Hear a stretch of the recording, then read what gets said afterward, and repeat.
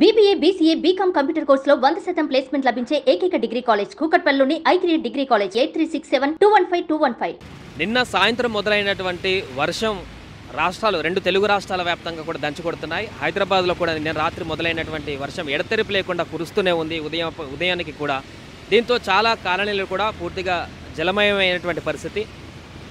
హైదరాబాద్తోనే పాటుగా మిగతా అన్ని జిల్లాలలో కూడా కుండపోత వర్షం కురుస్తున్నటువంటి సందర్భంలో అధికారులు కూడా అలర్ట్ అవుతున్నారు. ఇప్పటికే గోదావరి కూడా ఉగ్రరూపం దాల్చింది. నిన్న సాయంత్రం 26 అడుగులకు ఉన్నటువంటి గోదావరి ఈరోజు ఉదయానికి 31 అడుగులకు మించి ప్రవాహం కొనసాగుతుంది. గంటకి గోదావరి ఉధృతి కూడా కొనసాగుతున్నటువంటి సందర్భంలో గోదావరి పరివాహక ప్రాంతాల ప్రజలందరినీ కూడా అప్రమత్తం చేస్తున్నారు. ముఖ్యంగా పోలవరం దగ్గర కూడా అక్కడ భారీగా వరద నీరు చేరుతుండటంతో పోలవరం పరిసర ప్రాంతాల ప్రజలను కూడా అప్రమత్తం చేస్తున్నారు. పోలవరం ఎమ్మెల్యే కూడా దగ్గరుండి అక్కడ పూర్తిగా ఈ యొక్క వర్షానికి సంబంధించినటువంటి ప్రికాషన్స్ అక్కడ చూస్తున్నారు. పెరుగుతున్నటువంటి వరదకు సంబంధించినటువంటి పరిశీలన కూడా కొనసాగిస్తున్నారు.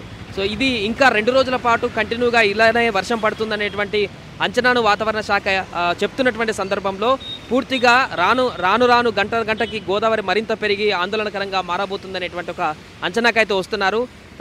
ఈరోజు సాయంత్రం లేదా రేపు ఉదయానికి 41 అడుగులు కూడా మించేటువంటి అవకాశం ఉంది గోదావరి ప్రవాహం అనేది కూడా చెప్తున్నారు. సో 40 దాటిన తర్వాత హెచ్చరికలు జారీ చేస్తారు. ఆ తర్వాత లోతట్టు ప్రాంతాల ప్రజలందరూ కూడా పునరావాస కేంద్రాలకు తీసుకుపోయేటువంటి పరిస్థితి ఉంటుంది. కాబట్టి మిగతా డ్యామ్లన్నీ కూడా ఇప్పటికే మహారాష్ట్ర, ఛత్తీస్గఢ్లో గత వారం నుంచి కురుస్తున్నటువంటి వర్షాలతో గోదావరి కొంత కదలిక మొదలైంది, గోదావరి ప్రవాహం మొదలైంది.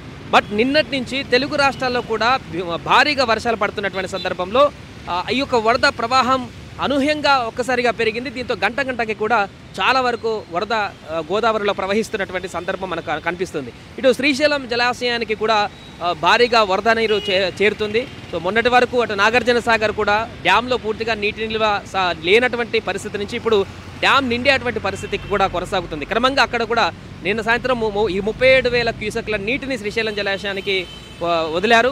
సో ఇప్పుడు ఇన్ఫ్లో అవుట్ఫ్లో కూడా కొనసాగుతుంది. ఇన్ఫ్లో కంటే కూడా అవుట్ఫ్లో తక్కువ కొనసాగుతుంది. పైనుంచి వచ్చేటువంటి వరద కారణంగా శ్రీశైలం డ్యాంలోకి కూడా భారీ వరద నీరు చేరుతున్నటువంటి పరిస్థితి కనిపిస్తుంది. అటు నాగార్జున సాగర్ కూడా ముఖ్యంగా ఖమ్మంలో పూర్తిగా మిగతా చెరువులు డ్యాములన్నీ కూడా ప్రాజెక్టులు నిండుతున్నటువంటి సందర్భంలో అక్కడ కొంత మొత్తం 14 గేట్లు తాడిహట్టి దానికి సంబంధించి 14 గేట్లు కూడా విడుదల చేశారు. అక్కడ క్రమంగా వరద మరింత పెరుగుతుంది. ఖమ్మంలో చాలా హెవీగా వర్షాలు పడుతున్నటువంటి సందర్భంలో కొన్ని గ్రామాలలో కూడా ఈ యొక్క మత్తర్లు కొనసాగుతున్నటువంటి సందర్భంలో ఆందోళనగా కనిపిస్తుంది. ఇక హైదరాబాద్లో చూసుకుంటే హైదరాబాద్లో పూర్తిగా ఒక మోస్తారు వర్షం నైట్ నుంచి భారీగా పడకపోయినా కూడా కంటిన్యూగా ఒక వర్షం కొనసాగుతూనే ఉంది. దీంతో రోడ్లన్నీ కూడా వరద ప్రవాహంతోనే కొనసాగుతున్నాయి. ఉదయం ఆఫీసులకు వెళ్ళేటువంటి వారందరూ కూడా ఈ యొక్క వర్షంలోనే ముందుకు వెళ్ళేటువంటి పరిస్థితి కనిపిస్తుంది. ఇవాళ సాటర్డే కాబట్టి కొంత వెసులుబాటు కలిగింది. అందరి ఉద్యోగులకి, ఐటీ ఉద్యోగులకి కొంత వెసులుబాటు ఉంటుంది కాబట్టి అంత ఇబ్బందికరమైనటువంటి పరిస్థితి మార్నింగ్ అవర్స్లో అయితే కనపడలేదు. నిన్న సాయంత్రం మాత్రం నైట్ ట్రాఫిక్ అయితే బాగానే స్తంభించినట్టు కనిపించింది వర్ష బీభత్సంతో రాత్రి.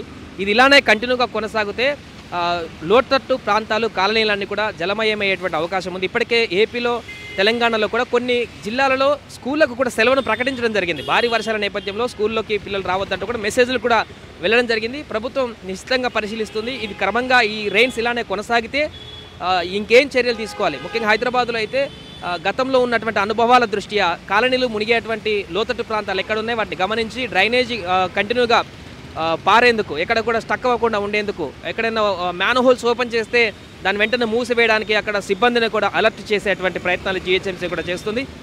ఏదేమైనా కూడా నిన్నటి నుంచి నిరంతరంగా కొనసాగుతున్నటువంటి ఈ వర్షాలు 2 తెలుగు రాష్ట్రాలలో పూర్తిగా అన్ని జిల్లాలలో కూడా విస్తరించి పూర్తిగా వర్ష బీభత్సాన్ని అయితే కొనసాగిస్తున్నాయి.